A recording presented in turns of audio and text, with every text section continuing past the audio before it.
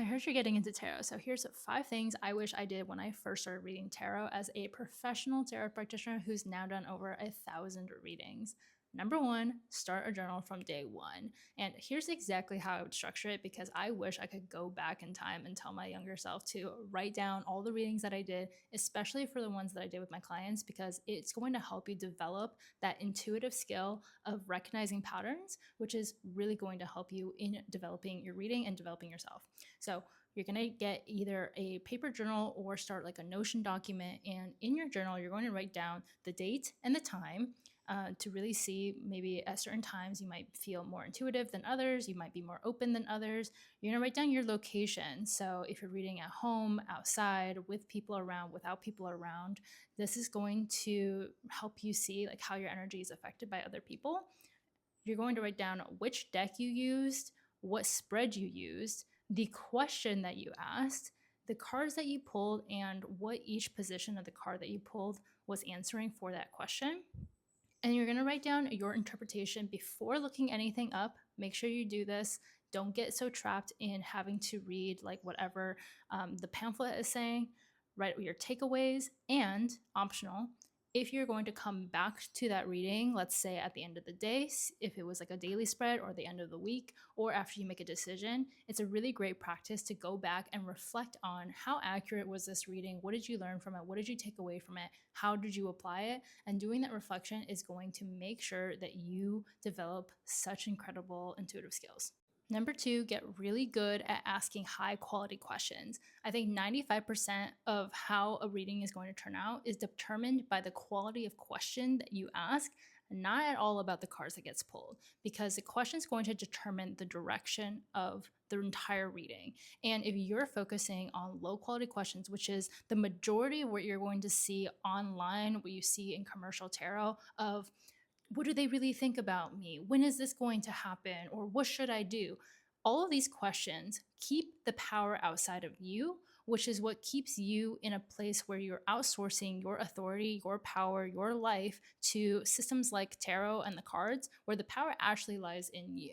And if you're doing this regularly and you see the quality of your questions come out and they are all about like what should I do? What does someone else think about me?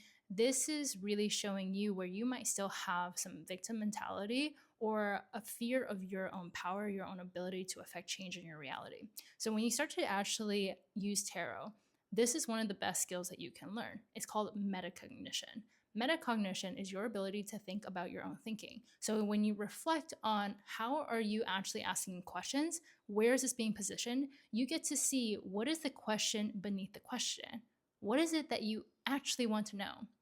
Because if you're asking, what does this person really think about me? Are you actually just afraid to admit how you feel? Are you afraid that if you say that you like somebody, that they might not like you back, right? So in this case, you can transform these lower quality questions into higher quality questions of how can I be okay with like the outcome regardless, or what is in my unconscious that is ready to be revealed right now? What do I need to know about my situation in order to move forward in my highest and best direction? These are going to be much higher quality questions, and this is just a skill that takes time to build.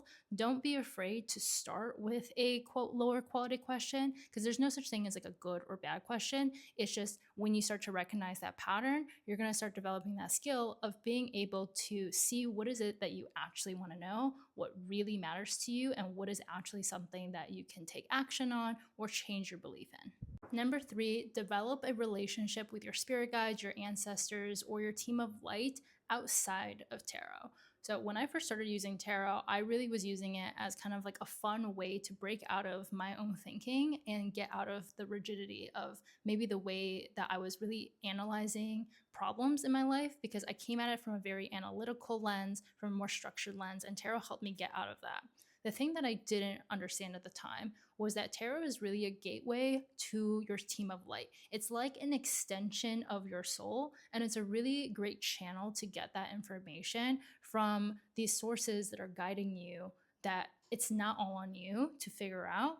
And when you can develop a relationship with your team of light, your ancestors, your spirit guides through things like prayer or other rituals, maybe you pour a cup of tea and you have a conversation with them, just like in journaling, you allow that space to kind of have those downloads outside of tarot. Maybe you practice gratitude. Like these are all ways in which you are able to be able to hear them a lot better and clearer when you actually go and do a reading. And then you're also not going to be doubting yourself as much as like when you see whatever the cards want to interpret, because you can develop this voice of intuition that can get you out of your own mind. I think one of the biggest blocks that people will experience doing tarot readings for themselves, and you'll hear this a lot from tarot readers, is like it's really easy to read for other people but really difficult to read for yourself. And the reason is because it can be really difficult to separate what is your thought from what is intuition or what is spirit's thoughts. So if you can start to develop this relationship with all your guides outside of tarot, it's going to be a lot easier to interpret them. Number 4, find other people to learn with. Not only is it so much more fun to learn in community, I did this solo, but you also learn so much faster when you learn tarot through community, because what a tarot reading comes down to is your ability to interpret the spread. And you are always going to have your own blind spots. You are so used to thinking in the way that you do that it's really difficult sometimes to tap into intuition when your band of intuition is only like this big. When you hear what other people have to say, what their interpretations might be, you start to drop out of your ego where you think that there might be a right way or a wrong way, or that you're more right or that they're more right. You start to just take it all as these are different ways to see these symbols and these archetypes. And that's going to help develop your intuition of what is available to you. When you're doing a reading, it's kind of like picking up like from your own repertoire of symbols, of archetypes, of stories, of interpretations, and whatever's going to resonate is going to be what is right, quote unquote, in that reading. So the more you have in that knowledge bank and in that experience bank to pull from, the easier it is for you to come to a more accurate interpretation for your readings. And number 5, own your curiosity. Own the fact that you're into tarot, that you're learning it, that it lights you up, because you never know where that's going to go.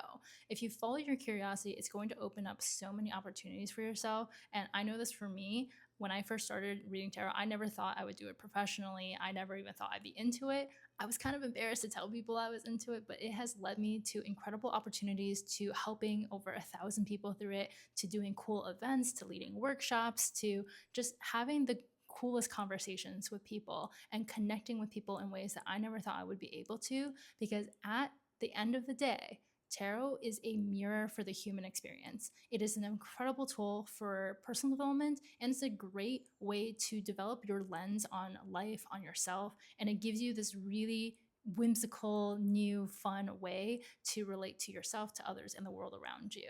So if all of this sounds really interesting and you want to dive deeper into tarot, I'm teaching a course in May that's going to be taught online, live, virtually, and in person if you are in LA. And you're going to be able to deep dive into everything tarot and do all the things that we talked about today and more. Enrollment is open, so go check it out in the link in my bio.